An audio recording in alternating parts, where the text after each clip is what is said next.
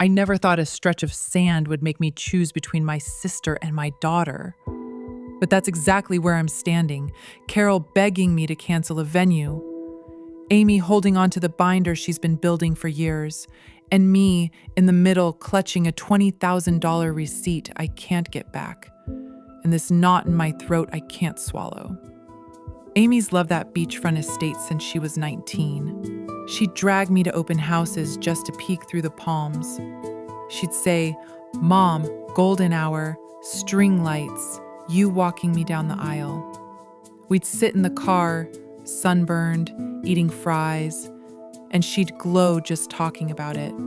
I said, "We'll see." I meant it as a wish, not a promise, but some wishes, they stick. Years passed. Amy picked up extra shifts, saved every dollar. I did my part too, matched what I could, stretched paychecks, said no to myself more than once. When that date opened, we pounced. I signed the contract, $20,000 down, non-refundable. I remember feeling relief. Finally, we'd secured the dream. The stucco house, the lawn, the ocean right there in that narrow dock. Then Carol called.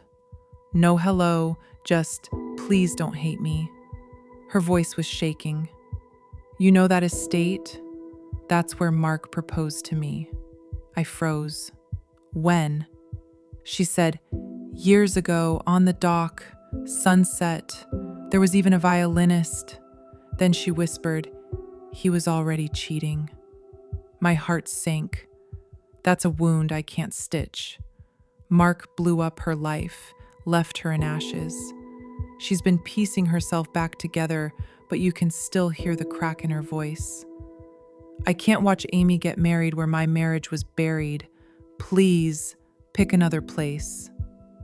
I sat at my kitchen table, pressing my fingers into the wood. Behind me, Amy's seating chart was taped to the wall. "Carol, we paid the deposit. It's a lot of money. And Amy, this is her dream." She whispered back, "If I go, it'll be like standing inside the worst day of my life." Telling Amy was brutal. She went still, then her eyes filled. I'm not the one who hurt her. I love Aunt Carol, but why should my wedding be punished for Mark's mistakes? If we change now, we lose everything.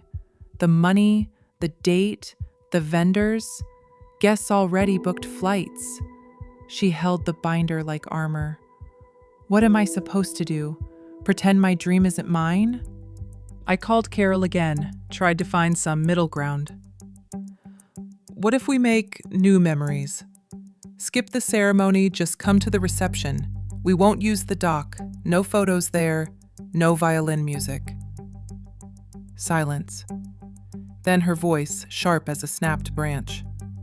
"So I smile through flashbacks so your daughter gets her sunset?" My throat burned. "It's my daughter's wedding. We can't change the venue. We can't throw away $20,000 and a year of planning." That broke her.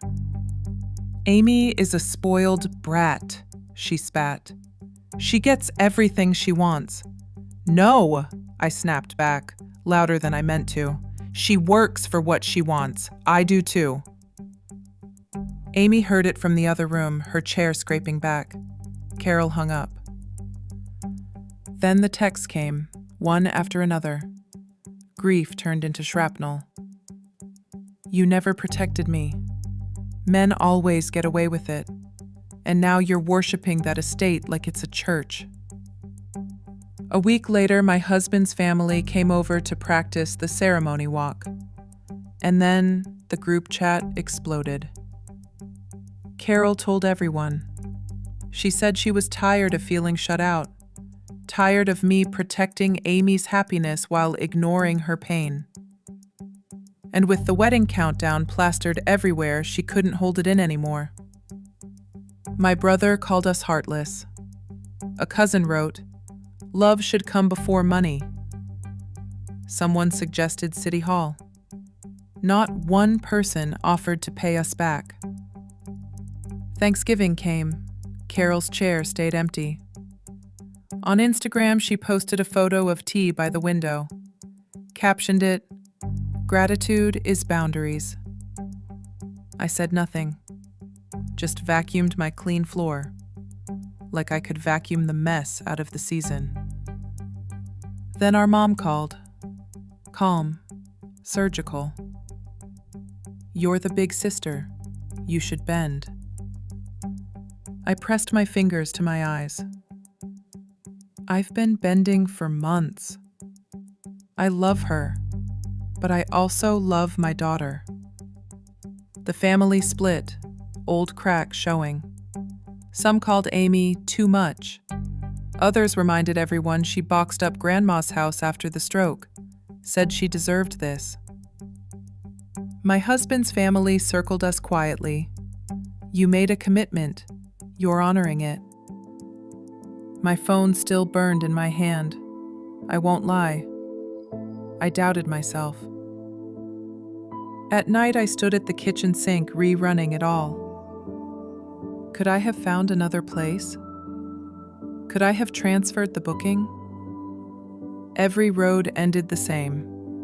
Money gone, date lost. Amy's dream crushed. If I pulled the plug, I'd be breaking my daughter's heart, just to patch my sister's wound. Amy kept planning. Careful now. She stopped posting updates. She made a playlist without the songs Carol hated.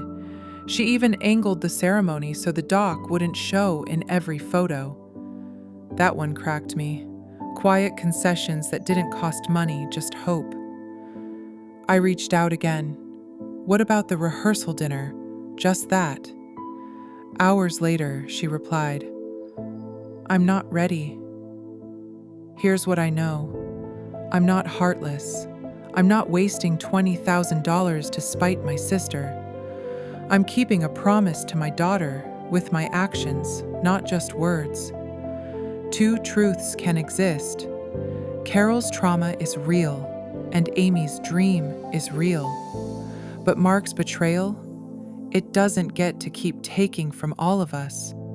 We're keeping the venue, the florist, the rentals, the seating chart, unchanged. My husband's family has our back, handling the little things that hold the day together. The tension hasn't gone away. It hangs in the air. I still check my phone too much, type texts I never send. When I picture that dock at sunset, sadness creeps in. But then I replace it with Amy's laugh, her eyes crinkling, her whisper, "Mom, you made this possible." Maybe Carol will face that place again someday. Maybe she won't. If she comes, I'll hold her hand the whole time. If she stays home, I'll leave cake on her doorstep with a note, "I love you, always." I think back to that first day. Amy pointed through the palms and said, "Golden hour." I had no idea how complicated love would look in that light. Now I do. Love is sometimes paying a bill you'll never get back because it gave your kid a piece of joy. Love is letting your sister rage because grief needs air. Love is standing in two tides at once and choosing not to let go. So no, I'm not changing the venue, not because I don't care, but because I care deeply about the girl who dreamed, the woman who survived, and the family still trying to stand in the same sunlight, even if it makes us squint. If there's a villain here, it isn't me, it isn't Amy, and it isn't Carol. It's the man who twisted our family with his lies, who showed us how far betrayal can reach. But he doesn't get the ending. We do. The vows do. And I do, as a mother, standing by my daughter and quietly hoping my sister will one day find her own healing in that same sunlight.